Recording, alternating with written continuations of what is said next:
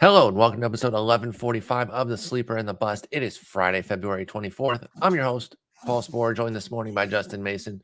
Justin, good morning, sir. Good morning. How you doing? Doing all right. Hanging in there. It's Friday morning. Got the weekend coming up. Got Potapalooza coming up. You excited? Yeah, I can't wait. It's going to be so much fun. Give a rundown for the people that aren't familiar. I'm sure most people are familiar, but this is the fourth year? Yeah, I think it's the fourth year. That sounds about right. It's around there. So give a rundown about what's coming up this weekend. So we start tomorrow morning, 10 a.m. Eastern, 7 a.m. Pacific, and we run for until I think it's 8 p.m. Eastern, 5 p.m. Pacific, and it's a 2-day live stream event. So gonna have some of the biggest names in the industry. 3 to 5 people per hour doing panels on everything you need for fantasy baseball. So you need draft prep for NFBC, you need draft prep for auction leagues, you need draft prep for anything. We're going to have it, Dynasty Prospects, and we're going to be raising money for charity. So that's awesome. You can win a lot of really, really cool prizes. Every dollar you donate via PayPal or Venmo.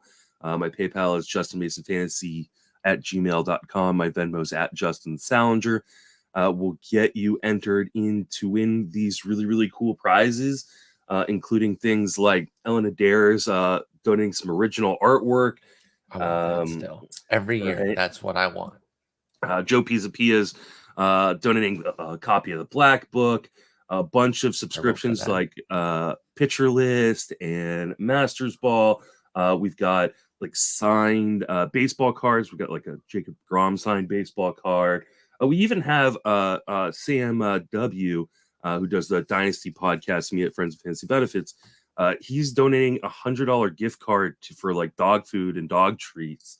Some off the wall weird stuff. I like it. Some non-baseball stuff. Yeah, RotoWare t-shirts, other bobbleheads, things like that. So it's just going to be an absolute blast. And raising money for Keep Playing Baseball, which is an organization that helps high schoolers try to continue their baseball career, and then also helps support some little league teams in the Sacramento area. So, it's an organization that's run by Toby G's brother, Batflip Crazy's brother. So, I've done some trivia night events with them in the past. So I'm gonna have to get Paul in on that because I keep forgetting to invite him. So I would love to, I'm in on some trivia. Well, that's great. I'm excited. I'm going to be part of it. I'll be watching. It's going to be wonderful. I'm doing some plenty of baseball work this weekend. I'll have it up on the second screen, and I'm going to be in those chats. So where can they find it exactly? Because you have it on multiple streaming. Right? So it's going to be available on pretty much all my socials, Twitter, YouTube, and Twitch. It's all Justin Mason FWFB. And then I'm also going to put on the Fangraphs homepage. So if you're like, I don't want to follow Justin on social media, you can just go to Fangraphs homepage. It'll be up there, a link for each day. Which will be just a blast. Excellent. Can't wait. And if you're listening to this on the day it comes out Friday, it's happening on the weekend, Saturday, Sunday, the 25th and 26th. Obviously, if you're listening past that, you can go watch archives of it, but obviously you won't be able to participate live. So check it out. There'll be plenty. One thing I forgot, for every $1,000 donated, I'm going to give away a spot in next year's TGFBI. So if you've ever wanted to get in the TGFBI, that is one of the ways you can do it if you're not eligible as a content producer. And I think 2 years ago we raised $8,000, and so I gave away 8 spots. So hoping to beat that this year. That sounds great. I'm excited. So let's get into some pictures. It's episode 4. I think 5 is going to be it. We'll do another one Monday. Another group. There's a lot of guys in there. Plus, we're kind of on an hour today, so we might not even get through this whole list. So 5 is where we'll cut it, but that should be deep enough to get everything you guys want. If there's a picture you're worried might not get covered in that next episode, feel free to tweet me or leave a comment in this post here. I'll see it, and I'll try to make sure that they get on the next episode. But let's get on with some rapid fire here. Let's just start with Bailey Ober. Does Bailey Ober have a rotation spot in Minnesota? Because Us Resource right now says no, and I think that is based on some rumors out of Minnesota. How are you approaching it with Bailey Ober? Yeah, I actually didn't even realize this until I did a post on something on Fangraphs and I mentioned Bailey Ober and I was like, oh, his ADP market report. The market report, yeah, because I was gonna say that's his latest article. And I was all like, oh yeah, he's dropping. Must be concerned over his innings. He only threw like 50 innings last year, so I mean, how many innings can we really expect him to get? And someone's like, it's probably because he doesn't have a rotation spot. And then I went and looked. I was like, oh, he doesn't. That's a huge bummer. I mean, he'll find his way into the rotation at some point because I can't imagine everybody stays healthy. Tyler Mahle, missed time last year with injury. Kenta Maeda is coming off of Tommy John surgery. Sonny Gray is Sonny Gray. So Pablo Lopez is Pablo Lopez. He'll find his way into There's the been rotation. injury concerns, yeah. But I mean, I don't think you can draft him. I was going to say, are you picking Ober then? I don't think you can. I think he's the guy you pick up off the waiver wire when one of these guys goes down. I like Ober. I like his skills. I also have a little bit of concern that, like, if we get a more live ball this year, Bailey Ober is one of those guys, kind of like Joe Ryan, that they give up so many fly balls that in a happy fun ball year, they would get destroyed. They're very similar for sure. Did you see the latest news though? Or not though, because that makes it sound like it's a counter. In addition to what you're saying, they're going to start checking again really hard. Mm-hmm. Yeah. Dino had actually talked about how he thought that regulation on checking for sticky stuff had kind of eased back a little bit. We had fallen back into the old routine, and now everything coming out from Jason Stark had a piece out. They're going to jump back on it. That could create more havoc, and maybe we see a more aggressive hitting April this year than we did last year when everything was freaking terrible and you couldn't hit to save your life. Yeah. And I mean, this is another concern I've got about a guy like Tyler Glass now, right? I think everybody's looking at Glass now as this guy that is just going to be right back to where he was prior to the injury. But I think we all forget that he really struggled. He got injured because of not having the sticky stuff. Do we even know what Tyler Glass now is without the sticky stuff? There is a loose link there. He blamed the sticky stuff. I understand that. Yeah. I'm not fully certain that, like, if he has no sticky stuff, he's going to get hurt. There's health concerns no matter what there. I'm not saying he's going to get hurt. Do we know what he is without it? Because we haven't seen him pitch with it or without the sticky stuff. Yeah, so that'll be a whole thing. We'll get into that more as we kind of see what's going on in spring and everything, which, by the way, starts today. Very excited to get some games on. Same routine every year for me. I get excited. I'll have the games on today. I'll probably watch one of them pretty intently, and then they become the best background noise that you can get during the rest of March. I lose the excitement for the games in terms of like watching them pretty quickly, but as far as like radio broadcasts and the TV broadcasts just being on the second screen or on the radio during my writing throughout the rest of the month, then it's wonderful. So I'm excited for that. But there's 3 games today, one against college and the Red Sox, and then the 2 that are actual teams playing each other. So it's going to be great. Let's stick with the Twins here. Are you speculating on Tyler Mahle's health and gambling that he can be healthy again and have a good season? Because he's out of Cincinnati, which is great. We got excited when he got traded. Unfortunately, he got hurt pretty quickly, so we didn't really get a chance to see him in Minnesota. Where do you stand on Tyler Mahle? I'm kind of waiting to see him. I love Tyler Mahle. I love that he got traded to Minnesota. It was like one of the best possible locations for him to be traded to in terms of the division and the park, and giving him an opportunity to keep the ball in the yard. It's fantastic defense behind him. But then he got hurt and kind of finished the year hurt. So I've been kind of staying away from him, waiting for to see him on a mound. Once I see him on a mound, he could go really up in my ranks. At this moment, taking the discount? I haven't been taking the discount. Okay. Especially because it's, I've been mostly draft and hold leagues where you're stuck with that guy. And if he's, he ends up being out for extended periods of time, that really hurts you. So I'm okay paying up a little bit more once we know that he's healthy. But this is a guy that I think has top 30, top 35 SP skills and ability that we need to see that he is healthy. Yeah, I can certainly see Tyler Mahle being a badass. if healthy. But that if healthy, as it is for so many pitchers, is so key. But I think for him specifically, because he didn't end the season pitching, and we don't really know where we're at with him. We're not entirely sure where we're at with this guy either. Another twin, Kenta Maeda, but he is returning from TJ. He's going to make his Grapefruit League debut tomorrow, Saturday the 25th. Where do you stand on him? What kind of innings are we going to get? There's no reason to baby him. He's 35 years old. I think if he's healthy, he's going. Do you agree? Where do you go with Kenta Maeda right now? Whew, man. He is one of the few guys that I might break my rule for in terms of I don't draft guys coming off of Tommy John. And I haven't done it yet, but I've come really, really close because I gave him a fairly conservative projection. And I've had the opportunity to still draft him, like where he's like third or fourth guy left on my list when a draft pick comes up. And so I do think I may end up with him this year, in spite of the fact, like I said, I typically just don't draft these guys coming off of Tommy John, but he's going late enough where I think there is an argument for it. Plus, the Twins have said we're not going to have him on any sort of innings restriction. Yeah, because why would they? Yeah, this is his last year with the organization. He's pitching for a new contract. They want to try to win, so they're just going to let him go. And they've got the depth with guys like Bailey Ober, kind of in AAA or the bullpen. So they actually have a lot of depth there. They have Lopez, Gray, Ryan, Mahle, Maeda, the five that you mentioned, Ober, who we just talked about. But beyond that, then they have Josh Winder, Simeon Woods, Richardson, Jordan Blazevich, Louis Varland. Like those aren't studs or anything, but they have some depth there. So I think they put, and Randy Dobnak is still there, who's had major league time. So I think they push Maeda, and if something does happen, obviously they don't want that, but if something does, they know that they have arms to turn to. So I really think that they're going to push with Maeda. So I'm kind of drafting him as like a 130 plus inning type of guy. I think the upshot is 160.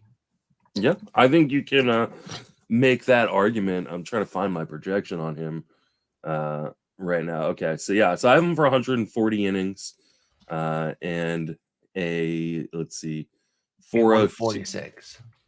Yeah, so 402 ERA, 116 WHIP. I think. Yeah, 431 ERA, 119 WHIP.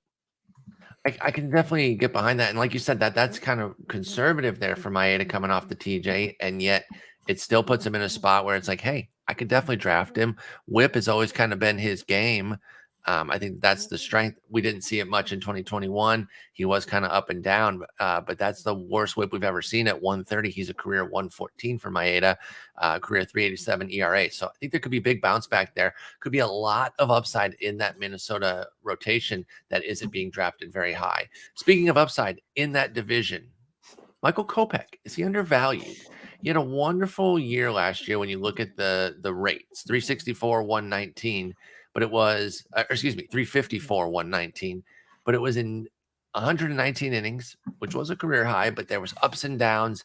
And he was somebody that it was a scary ride with. You never felt super comfortable after a certain point pretty early in the season. I say this from experience, having him in the main.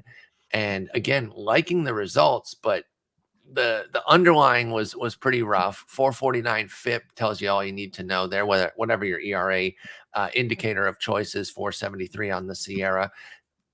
It was scary. He wasn't missing a ton of bats, which is something he normally can do. There were tons of walks, but the hit suppression was excellent, 6.4. And so it gave him the solid ERA with the great whip. Is Michael Kopech undervalued right now, going as late as he is, and somebody that you're looking for? He hasn't been someone that I'm looking for, only because I just don't know where the health is at. There's been conflicting reports on where he is at health-wise. We got reports early that, hey, his rehab's going slow. He may not be ready for the start of the season. The most recent report is that he's got no lingering issues.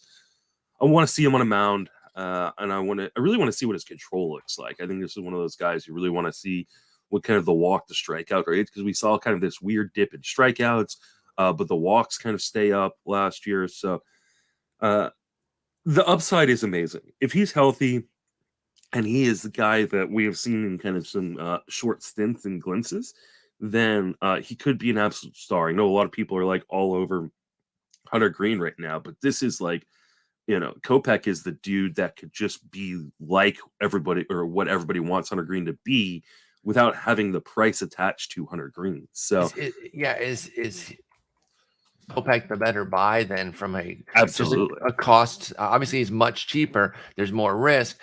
Are you saying that you just rather? I think you just said yes, but so you'd rather go for Kopech at the extreme discount than pay the premium for Green, who has his own concerns with his command and being in Cincinnati. Yeah, I mean, I'm not out on Green by any stretch of the imagination, but I haven't been able to pop him at his current price as it continues to rise. Whereas Kopech is going so cheap that, yeah, I think it's a much easier gamble to make, because if your 18th round pick doesn't succeed, you're like, okay, whatever, I can drop him in June or in May. Whereas if your, 7th or 8th round pick isn't succeeding, you want to hold on to that. Yeah, it's really hard to cut that. So especially when both guys have huge upside and you're going, hey, if he turns it around, this guy could help you win the league. I want to make those gambles later. I don't want to make those gambles earlier. If I'm drafting an SP2 or 3, I want to feel really confident that unless something just out of the blue and atrocious happens, he's going to be on my roster all year. No, I definitely understand that. I do like Hunter Green, but I actually recently just, we already talked about both these Reds guys, Green and Lodolo. Went back and threw a few extra runs on their boards. I felt a little uncomfortable giving them, pretty well below 4 ERAs, given the park. It's less about them and more that I don't want to forget that park. As much as I love it for every hitter, and I can't stop talking about some of these hitters that they've got in Cincinnati, I was feeling like I was having a disconnect between propping up guys like Jake Fraley and Will Myers for how great that park is, and then not appropriately crediting that park against some of their pitchers. So I went and made some changes there. So those guys are going to bump down on my rankings next time you go look at those. Let's go out to LA or LA adjacent. Let's go to Anaheim. Will Tyler Anderson hold his gains? He obviously had a brilliant run in LA proper with the Dodgers. He's just going over there. We've made jokes about how he wanted to stay close so that if anything goes wrong, he can just bounce over and talk to Mark Pryor. But is he going to hold those gains? It was the changeup that really took the next level there. It's been a good changeup throughout his career. It was next level last year. There's no reason that he should lose that vibe, but he's going to be on a different team now, and the changeup was the best it's ever been. What kind of how much of those gains can Tyler Anderson hold being in Anaheim now with the Angels? I think that is the magic question, and I don't know what the answer is. I think he should be able to hold a lot of them, and so I feel like I am going to do an article, which is this year's Adolis Garcia, and the criteria for that is a guy who is being hated so unfairly by the market, even though we know there's going to be regression, that he ends up being a huge value in the market. I think Tyler Anderson. It became unfair. It wasn't. It's not the original trend. It's just that he beat it. But we knew he was going to hit for power. We knew he was going to steal bases. No, we didn't. He's a bad hitter. He's a bad hitter. You're wrong. No, you're not wrong. You're not wrong that he's a bad hitter. Such a mistake. I think they're making a mistake again this year. But that's to the other way, though. Yeah. So they're overcorrecting and saying, well, we got it wrong last year. I think it was process versus outcome last year. He beat it. And hats off to the people that did outside of the top 200 at that point. He becomes a bargain because the's only upside. You're judging that. You're judging that only based on the fact that he succeeded. So it's just retrofitting. But anyway, that's not the point here. I understand what you're saying. So you think like Anderson's getting too much? Yeah, because I don't think he's going back to a mid-3 or mid-4s ERA pitcher. I think he's going to regress, but he's probably a mid-3s guy with a decent whip on a team that looks like it's built to win some games, though we've said that over and over and over again. But we've never said that their pitching has any sort of depth or any sort of deep. And I like their pitching. We're talking about another lefty here in a moment. They have a 6-man that we don't even know if they're going to fully do, but they got 6 legit guys for that. They got some guys in the minors.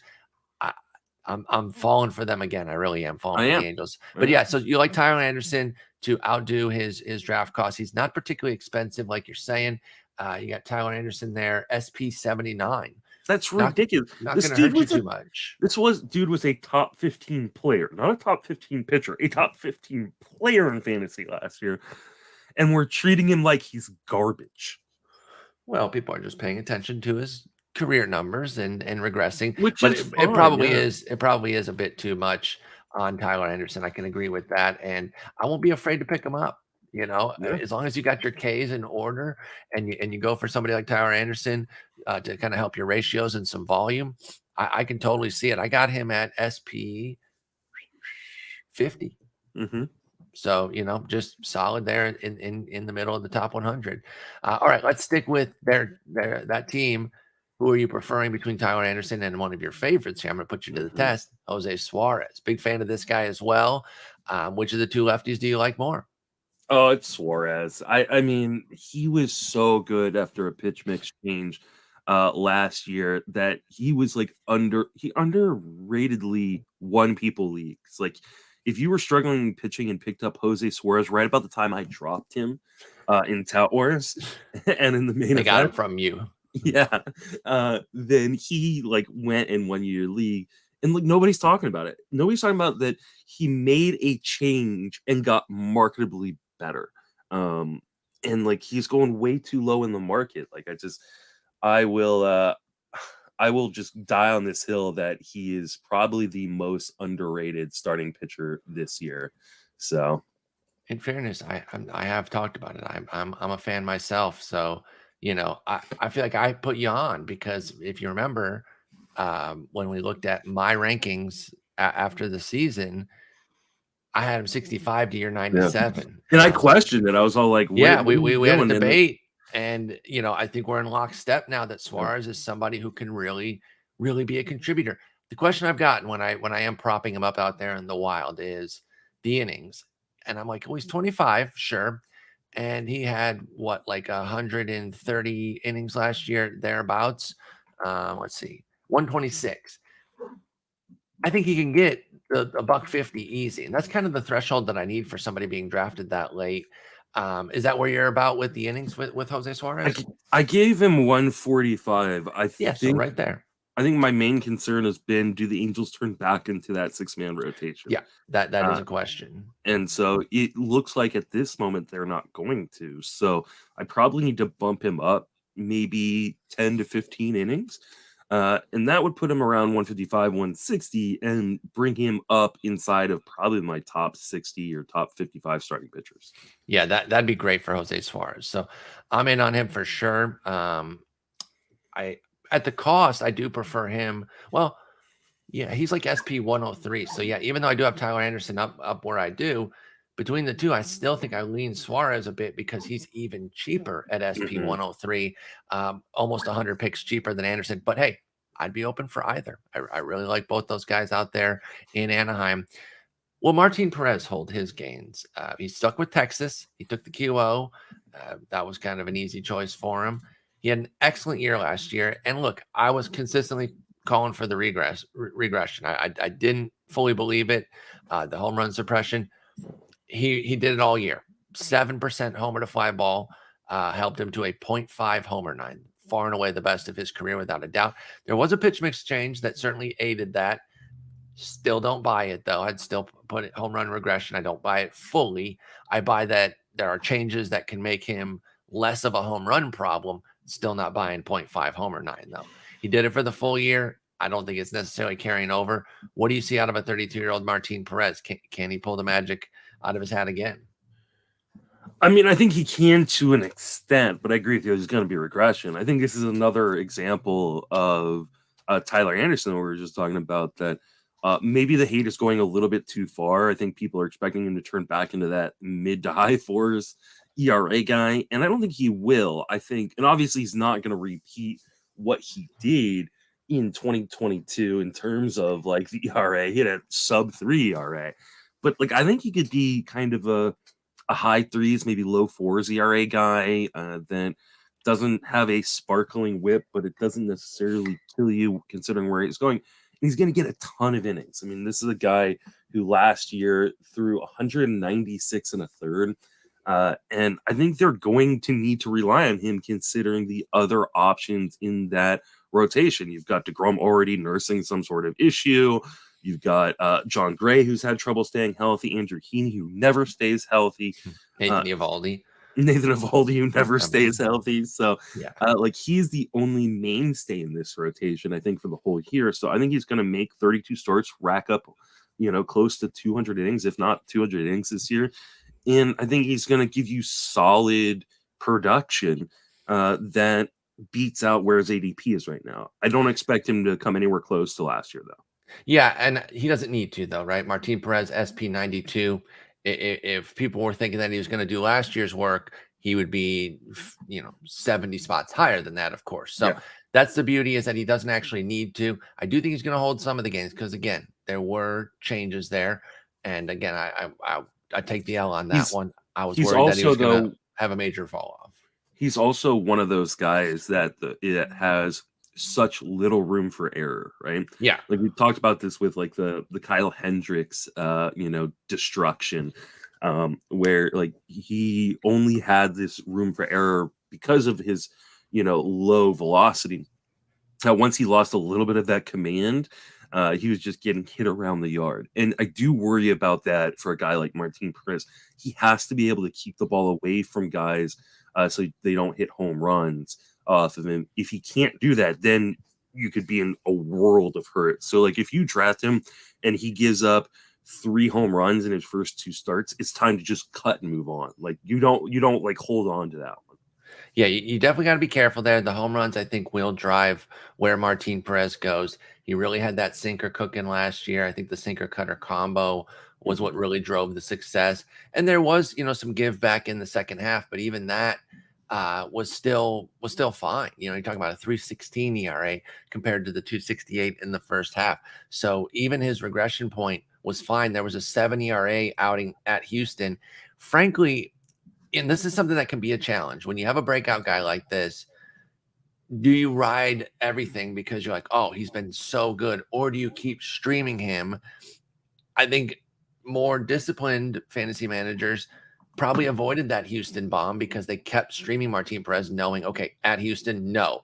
Now, 2 weeks later, they would have missed a 6 scoreless at Colorado, but you don't focus on that because in the very next start was Houston again for 5 earned. So if you just sit all 3 of those, you still came out ahead. And I am curious how people played it last year with Martín Pérez, if they started to just ride him and take everything, or if they were still sitting him against those tough opponents because they were worried that his home run issues could resurface. But hey, great season for him. He was somebody I loved as a prospect, and that was so many years ago now. He's been in the league for 11 years. I know. And, he's been a perfectly solid pitcher, very, very cromulent, if you will, for 1,300 innings, had a breakout season. I think he's going to give back some, but not enough that you can't draft him where he's going. Is there a breakout incoming for Zach Eflin? I got him wrong this offseason too, and he declined an option year. I think it was player option. I was like, what's he doing? Maybe it was the QO. I can't remember, but it was something where I was like, take that money. What are you doing? And I thought he was as a reliever. That's the thing. I was seeing him as a reliever because that's kind of where it looked like the market was going to have him. No, he knew better. He got a 3-year deal from the Rays, 3 years, $40 million. And I got to admit, I'm excited when the Rays do something. It gets me a little bit excited. They're one of those teams. There's an arsenal of stuff there that I think Zach Eflin can certainly maximize. Are the Rays going to pull it out of him here? He's out of Philly as well, so some of his previous home run issues might be tamped down a little bit. Where do you stand on the Zach Eflin potential breakout? I'm excited, but I'm also tempering my expectations. I mean, I think people have been, I don't want to say overdrafting him because he's still going late, but people have been hyping him up. It's like, oh, the Rays see something, the Rays are so smart. Like there's this appeal to authority that the Rays like can protect guys from injury or something like that. Because his biggest issue has been injury, right? I'd say the homers have been a bigger issue. No, that's been a big issue. But he's had some health concerns as well. I hear you on the appeal to authority, but don't they have the track record to earn that as well? Sure, but like not every organization can fix every player, right? Like we look at the Dodgers as an organization that, they fix everybody, and we're going to talk about one of their guys that they're going to try to fix here in a minute. But like they weren't able to fix Cody Bellinger. There are other guys they haven't been able to fix. Like every organization has. In fairness, that's a hitter, not a pitcher. Yeah, that's true. But I don't know. Like I like Eflin. I've been drafting him. I think he's a guy that if he's healthy, he's going to be pretty good. Like that's a great park for him to pitch in. It's a great organization. I do wonder if in order to keep him healthy, that they don't let him go deep into games, which would lower his win potential. So certainly, we've certainly seen that in Tampa Bay too. That's there's the give and take with them. That's definitely something that they get in on. Is talking about with Drew Rasmussen, Jeffrey Springs, Ryan Yarbrough in the past. I think Eflin's better than a Ryan Yarbrough, but probably at his max can be on a level of a Springs and Rasmussen. Yeah, and he's going much cheaper. I think too, like you look, you can't. Almost every single person in this rotation has a question mark of sorts, right? Yeah. Whether it's innings or injury or whatever. I guess even with McClanahan, right? You have the shoulder issue that popped up last year. Not every one of these guys is going to go deep. We just don't know which ones are going to be allowed to and which ones are not. And I feel like Eflin is the most likely guy to not go deep. That being said, I still like his price in the market. I just drafted him yesterday. Like, I think he's absolutely fine. Oh, you think he's the most likely guy to be managed? I don't know. I feel like he's shown enough with some inning seasons. He's had some health concerns like you mentioned, but I think when he pitches, like when he starts, he can go deep into games. I think they will, because like you said, they can't. Not everyone will go deep, but they can't also limit everybody either. You will run out your bullpen.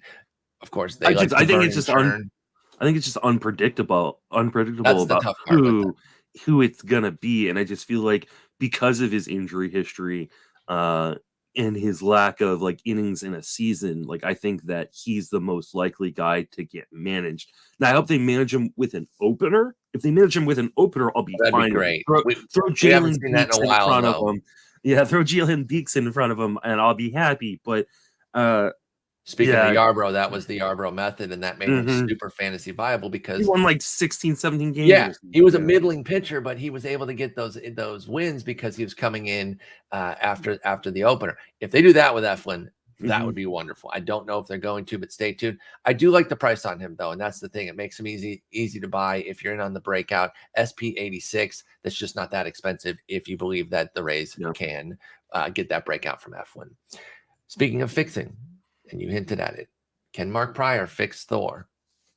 If the velocity's back, sure, why not? I saw an article in I think it was the LA Times yesterday, I think it was, and it was the title of it was the Dodgers think Thor doesn't need velocity to get better. I was like, oh, that's not a good sign. Like I don't want to like. I understand thinking that, but I think the easiest way for him to get back to being Thor is with that velocity. Sure. And I don't know that I want him if he doesn't have that velocity, even with the reduced price.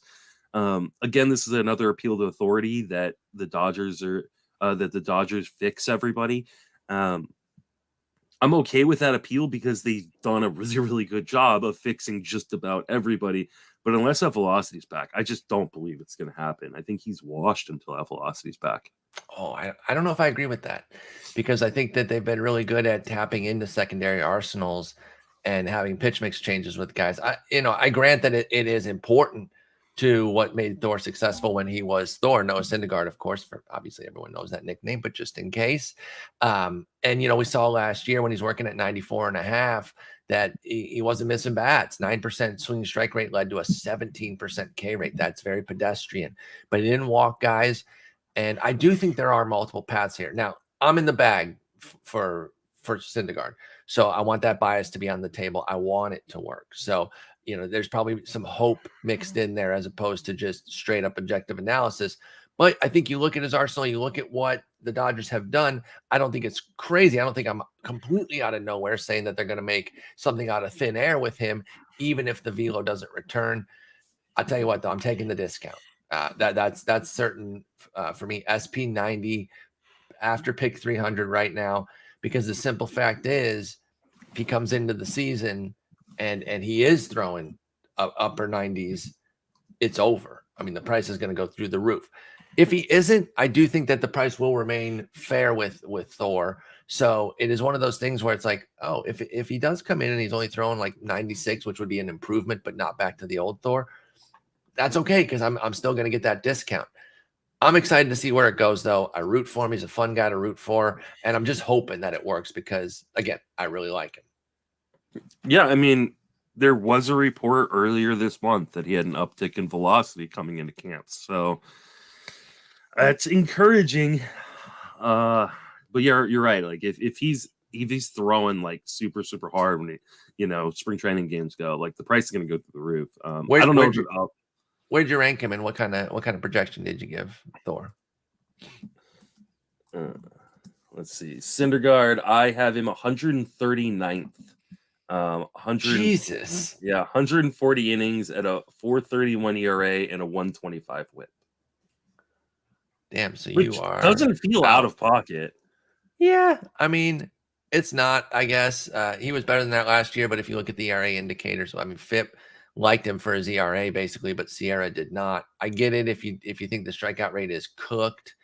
Yeah, I mean that is so buried.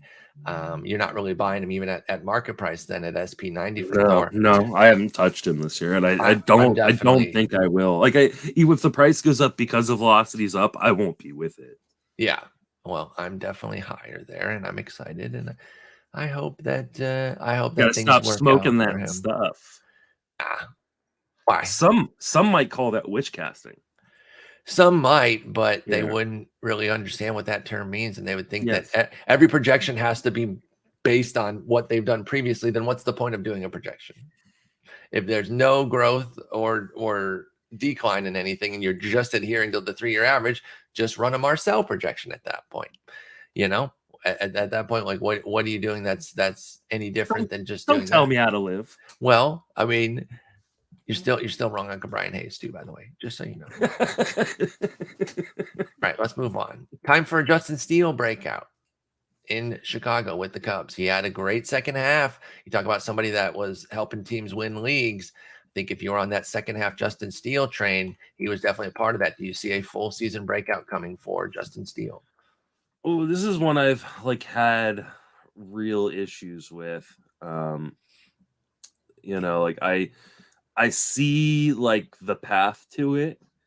205 ERA from June forward, by the way, 14 starts. By the way, you can make a case that last year was the breakout, 318, 135, but the whip's pretty high. So for me, a breakout would be more than the 119 innings, say something like $1.50. The ERA doesn't necessarily have to be better either. I would think like a mid-3s ERA, but with a much better whip. That's what I would term a Justin Steele breakout. The whip is the issue, and that's the hard. And it's the combination of the whip and the innings for me has been the biggest issue. He was a guy that I was really interested in because you had a guy who had showed he could put up a pretty good ERA while keeping the strikeouts. But the whip has been 135 each of the last 2 seasons.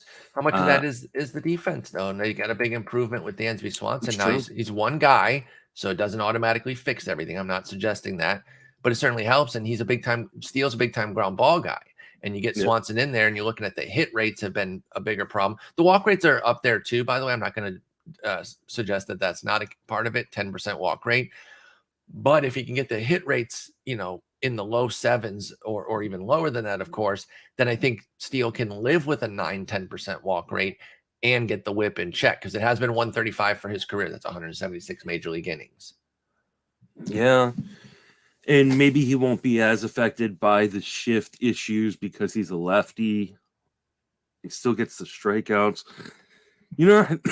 I think I need to update his projection a little bit. Is Horner a good defender? I'm unfamiliar with Horner. Horner is a good defender. You got a good keystone there, then. Yeah. Not only are you adding your defense with Dansby Swanson, but you're actually.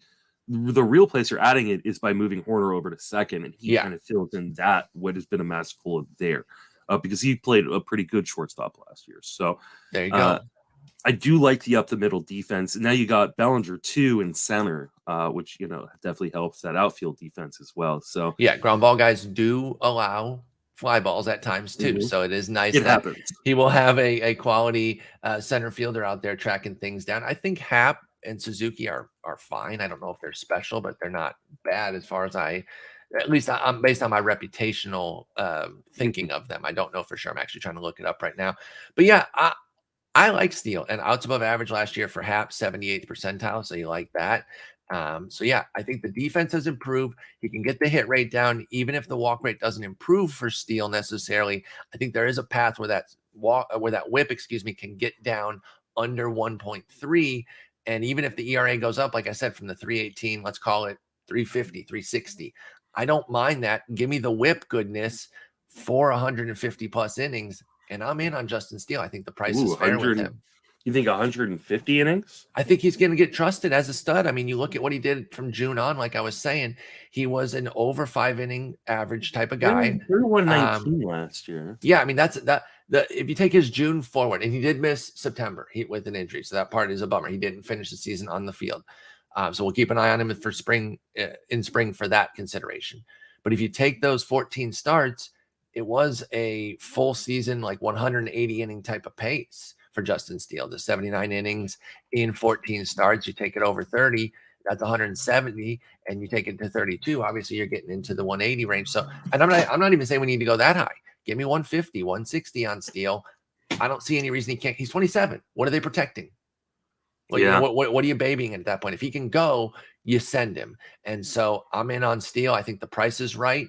And if it doesn't come through, I don't need to hold him all year at SP 78 and bury myself. So I'm in on him. I got him for a pretty solid projection, right around what I'm talking, mid 3s ERA, just under 1.3 on the whip, and plenty of Ks. All right. Well, let's stay with the Cubs here. Let me get back to my sheet. I lost it, which happens often because I got 8 gorillion tabs open. Has Marcus Stroman been forgotten? I know he's been a little goofy off the field, but that doesn't really impact what he does as a pitcher. I don't agree with the bullshit that he tweets out, but that doesn't matter. SP 80 for a guy who's pretty much only been good for the bulk of his career and was good last year. Do you think it's like off-field stuff affecting? Like, I don't understand why he is forgotten. I don't think it's off the field stuff. What I think it is that he has this like unsexy profile, and so guys who have like sexy upsides get just vaulted over. There's nothing wrong with it. Low to mid 3s ERA and good whips the last 2 years. 115 whip the last 2 seasons. And like we mentioned, the infield defense just got better. I think he's completely underrated in the market. And I think, especially if you're the type of person who wants to draft like a Hunter Green or a Nick Lodolo or these guys that have like huge upsides, but you've got to take them in the first, 12, 13 rounds. You end up needing these guys who are stabilizers later in case they do have issues, right? And there's, I think, no better stabilizer than Marcus Stroman. I mean, maybe Miles Mikolas, but like Marcus Stroman he's a great stabilizer at the back end of your rotation. I think he's super underrated right now. Yeah, I was kind of looking at that and I'm just like, what are we doing here with Stro? Why is he down at SP 80? It's kind of boring, sure, but I think there is some potential upside there too. And he didn't stay fully healthy last year with 138 innings, but we've seen him be healthy multiple seasons. And I know that that's been a concern when he first came in. Like, can he hold up? Because he's a more slight guy, listed 5'7", so he's probably 5'5". And he has 200 inning seasons, a 184, a 179. Yes, last year was 139, but he's 32. I think he gets back up into the 170s at least and has a quality year. And so I think Stroman is a nice pickup there. Rotation stabilizer, those innings guys that are a little bit boring, but they get the job done. Now, this team does have some depth. So if injuries crop back up again with him or whomever, they can go a lot of different places. And right now, a guy that I love is not penciled in, but he is in the battle for the fifth starter's job. Does Hayden Wesneski get enough burn this year to be something? I don't know. I mean, the rotation does have some injury risk, with Drew Smiley and Jameson Taijuan. Smiley especially, man. I mean, he's like a 100 inning guy a year. Yeah, so I think Wesneski's gonna find his way into the rotation at some point, and I think if once he gets in the rotation, there's no reason to pull him out. Are we Like, thinking Samson beats him out? Now, Samson had yeah, a good year, 104 innings of a 311, 123. Hats off for that. But his core skills are not better than Wesneski's. He's 31. Is this just something with the age over the prospect getting I the think so. opportunity? Yeah, and you look at just what he did on the surface last year, and I think they're just gonna give him a shot. Uh, though, I mean, would it surprise me if Samson ends up being like the sixth man? A Not at guy who's all the for long me. reliever, it would not surprise me at all. And he has three options. So, unlike a lot of older pitchers, like usually they're out of options at this point and they can't send them down. Uh, Samson has three options, so Wisniewski could easily find himself in the rotation. I love the skills. The question is the role, but I think the questions about the role right now are keeping the price down because otherwise, I think he'd be being mentioned in the same vein as a lot of other sleeper pitchers going around here, and probably would be going higher. I couldn't agree more. I'm in on the Wesneski train. I love him for draft and holds. And obviously, depending on how that battle for the fifth starters role pans out, I'll be in redrafts too. If of course if he wins it, I know the price will go up, but I don't think it'll become cost prohibitive. So I see myself with Hayden Wesneski. If he doesn't, then he becomes a key watch list guy. And the second that something happens in that rotation, I'm going to pounce. Can Kyle Bradish build upon his 2022 in Baltimore? I liked a lot of what he did. I like him as kind of a late, sleeper upside type of guy. What do you think of Bradish with Baltimore? I love Kyle Bradish. Okay, Like I let's talk mean, about it. he made a real change in the second half with his pitch mix, and that's where all these gains are coming from. And I don't think anybody's paying attention to it. Like Some the people price. are. I think Eno's in on it Okay. too, but the market is not. The market isn't necessarily there. I do worry, and I say worry because I want the discount. He's SP 108, so you're right to that point, right? Like nobody's buying him in the market at an egregious price. Yeah. But you got guys like Eno. We're putting it out there. I think there'll be others hyping him. He could be a big spring helium guy, especially starts going out in the Grapefruit League and cooking. It could be a huge jump. That said, I think I'll say the same thing I just said with Wesneski. I don't know that it'll become cost prohibitive because even if he moves up 20, 25 spots in SPs, he's at SP 108. Even if he's SP 80, that's still pick 285. I wouldn't necessarily be out at that point because if he's moving up that high, then Kyle Bradish is deserving it for some Mhm. reason. So then I would just continue my love for him. So Yeah. I think I'm going to be in no matter what, but I hope it stays outside SP 100 so I can get the real juicy price. Yeah, he's definitely been one of my most targeted guys in terms of starting pitchers, kind of in the back end of a draft. And I'm hoping the price doesn't go through the roof because I think that he could have a legit, real, like full season breakout. But I'm with you. If the price goes up, I mean, I think I'm going to still be above where the ADP stands. Definitely. So Kyle Bradish in Baltimore. Keep tabs on him. There's a lot to like. And like I said, I know Eno's been talking him up too. So you might start to see that price rise. Don't be afraid to go get your guy. Freaking Eno. Stop talking about. Well, let's just send him a list of the guys. Shut your mouth about Yeah, these dudes if because you we could, love them. if you could just In not fact, talk down about talk these them. guys. Yes, Well, yeah. like people thought that you did years ago. Lie. Mhm. Just make up stuff. Just straight up lie. Let's go to Arizona. Brandon Pfaadt or Drey Jameson for the fifth SP there. And I know they're battling Tommy Henry. No offense to Tommy Henry.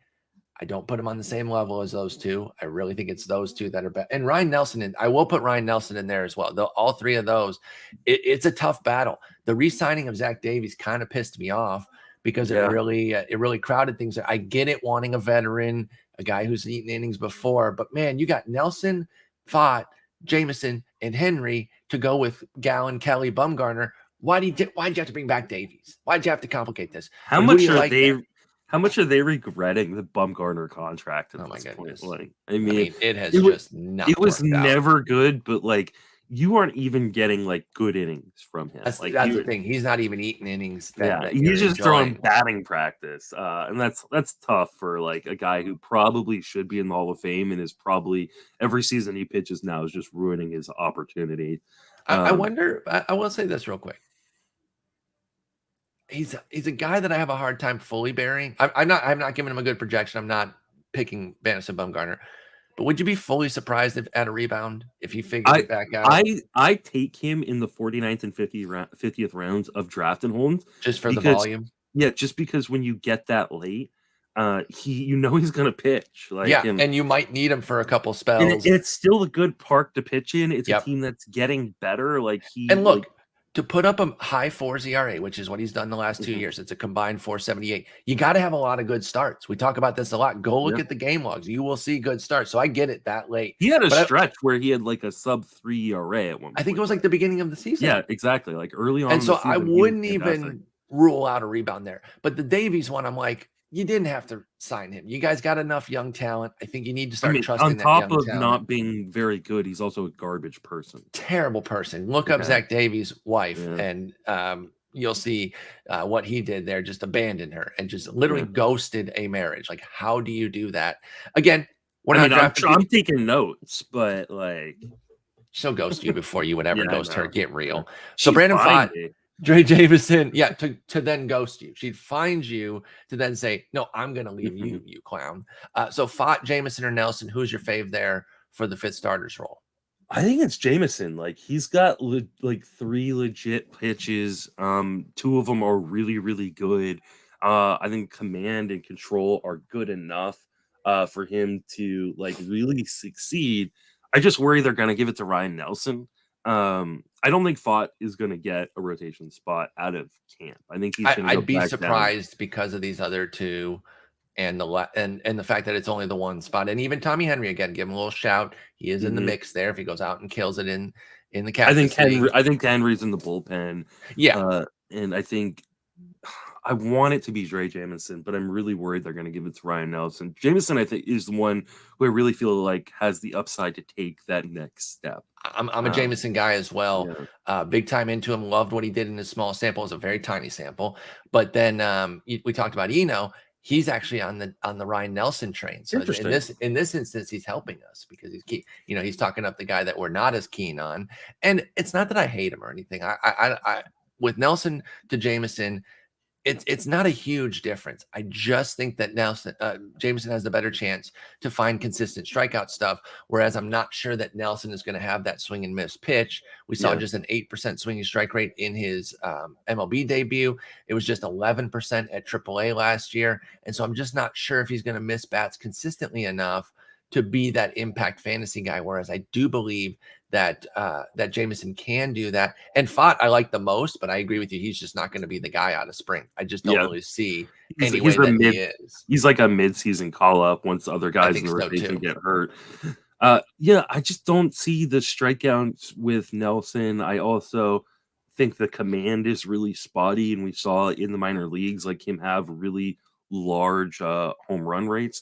And we didn't see it in the majors, but I mean, it was only 18 innings. Some of that's the AAA environment, though, for Arizona, because Jameson also got his clock cleaned at AAA.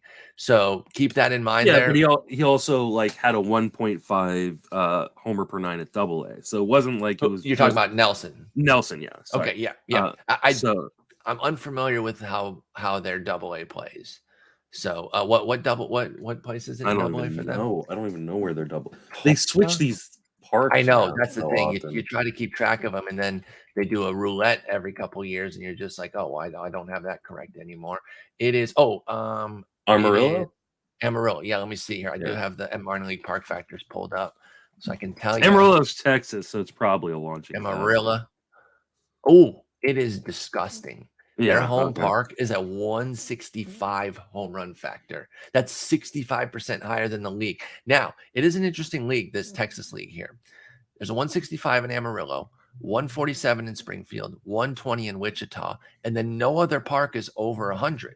So it's like the fact that Nelson drew the short straw there, having to pitch half of his games in Amarillo, and probably shouldn't have allowed as many homers around the rest of the league there. But bottom line is he does have more issues than Jameson. I agree with you. I like Jameson, but I also worry that Nelson is the favorite for that gig. So I think you can draft your favorite there. Wheeling Jameson, Eno leans Nelson. I wouldn't get too much Pfaadt. I will get him in draft champions. I'm not getting him in redraft right now. I think you'd be holding him.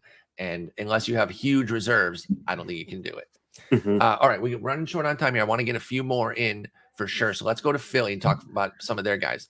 Ranger Suarez or Taijuan Walker. Who's the better buy there for you? Suarez, because he's shown he can do it in Philadelphia. Like he's been really, really good in Philadelphia. The whip is going to be less than desirable, but everything else is fantastic. And he was really, really great in the postseason. I really like Suarez. Walker, I like as a pitcher. I don't love him in Philadelphia. I think that park may cause him some problems. So I'm staying away from Walker. I root hard for Walker, but I agree on his potential home run issues now coming to Philly. Could be a problem. He had his .86 homer 9 last year. That wasn't in New York, though. He had 1.5 in New York the year before, though. So, like, even a home run friendly park or a pitcher friendly park, he can have home runs in. I do worry about him in a park like that. So, I probably lean Suarez as well. I will have some Walker just because he's my dude, but I get it. We got to discuss the Andrew Painter hype train, though. This is a teenager. And usually I'm like, come on, teenager. We haven't had a teenager in the league since Urias pitched. And we know that he was very limited. Felix Hernandez before that. And then before that, Dwight Gooden. So we had 2 in the 2000s. And then before that, it was 1984. But dude looks the part. 6'7", 2 1/4, has the stuff. Dominated A, high A, triple A, or double A last year. Is in discussion for the 5th starter's role. How do you feel about Andrew Painter? Are you buying this hype? I love Andrew Painter. I just have a really hard time seeing him start the year in the rotation, especially because they have options. It's not like there is a clear guy that needs to definitely be out of the rotation. But what does he need to do? Like, again, they're a contender though, right? Because second place last year essentially, and they want to get back. They want to stay good. Is there what scenario do you envision where Painter could actually do it? Does he have to just be immaculate in AAA? I mean, in spring training, like, do you see a scenario? Is this talk? I think it really doesn't come down to him. I think if he's good, he also needs someone else to be bad or hurt. Or falter, perhaps. Someone falters. I've been using that joke. I know. I saw it in your market. Yeah. I think either Bailey Falter needs to have an issue, Taijuan Walker's injury, or Zach Wheeler injury. Like one of these guys, falters, and then he gets in. So it's one of these situations like the end of an NFL season where you've got hey, this team needs to win and they need this team to lose. They need the help too. It is that kind of situation where he does, I think, need some help getting the rotation. That being said, it's almost better if he doesn't make the rotation, because then the really, really late drafts will be cheaper. He'll be much cheaper, and I think he's going to be up super early. I think. So you think he gets drafted in every main event? I think he probably even if they say no, come main event time, which is late March, he's already in minor league camp. You still think he gets drafted in most everyone? No, I don't know that. I don't know that he gets drafted in every single one. I think in most that he would. In most, from Andrew Painter. This 19-year-old prospect, Andrew Painter for Philly. Keep an eye on him. Again, it's crazy to think about a teenager pitching in the majors, but guys buck trends these days. Like the normal progressions don't always happen. He's that good that it could happen. Just keep tabs on him. Draft champions, absolutely. Your redrafts, TBD. Keep tabs on it for sure. All right, one more, and then we'll let you out here. We got Cleveland to deal with here, and we got 3 pitchers. We got a similar situation where we'll talk about a better buy, and then one guy by himself. Better buy between Aaron Civale or Cal Quantrill. I know you're a Quantrill guy, but I think you like Civale too. So I think this is a little bit of a tough decision. It is a very tough decision. I've got Civale higher in my ranks. It kind of depends on what you want at this point in the draft. Do you want upside or do you want some stabilization? And I think Quantrill has shown he can outpitch his metrics a little repeatedly. Yeah, over and over again. And I think that is a skill. And so he's going to give you innings with good ratios and not much else. Whereas Civale, if he stays healthy, the skills are there for him to have a big breakout. He's a legit, top 40, top 50 SP if he can throw 170 innings. The question is, can he? So I think in your shallow formats, you go with Civale and chase that upside and put him on your IL if he gets hurt. In deeper leagues, you go with Quantrill. And another appeal to authority situation. I love Cleveland and what they do. I really I just buy in on their pitchers. And this is why I love this next guy so much, because I think he's the next thing up, the next man up in their pitching factory, and it's Cody Morris. However, injuries have continued to plague him, and he's already dealing with right lat discomfort here in spring. How do you feel about Cody Morris? Is he somebody that you're drafting, or is it a situation where you're like, I'll get him as a waiver pickup? I can't do it right now with the consistent injuries. Yeah, I mean, with the injuries and already not really having a rotation spot to begin the season anyways, I don't know how you draft him. I think, I mean, outside of draft and holds, like, I think you put him on your watch list. You kind of monitor his innings in AAA. Zach Plesac is not long for this rotation anyways, so at some point they will give up on him. So I do think Cody Morris makes a big league impact, but it may not even be until like July or something like that. So I don't know how you draft that and hold on to it. No, I got him in draft and hold, and I put some shares there. I think I'm pretty much done with draft and holds this year, so I don't think I'll get another. But yeah, even as somebody who loves him, I can't get him inside my top 100 pitchers. No. It's too difficult. But once he comes up, or he might even be in the bullpen to start as a multi-inning guy. But once he gets a rotation spot, you better believe that I'm going to be putting some bids out there for him. Okay, we're going to cap episode 4 there. I do have a little bit of a rundown left from this episode. I'll add a few more guys, and we'll do our 5th episode on starting pitchers. Great chat. I know you got to get going, and I know you got to get prepared for Potapalooza. It starts this week. Right. Starts tomorrow at 10 a.m. 10 a.m. Eastern, 7 a.m. Pacific. Yep. All right. Justin, have a good one, and I'll talk to you later. Take it easy.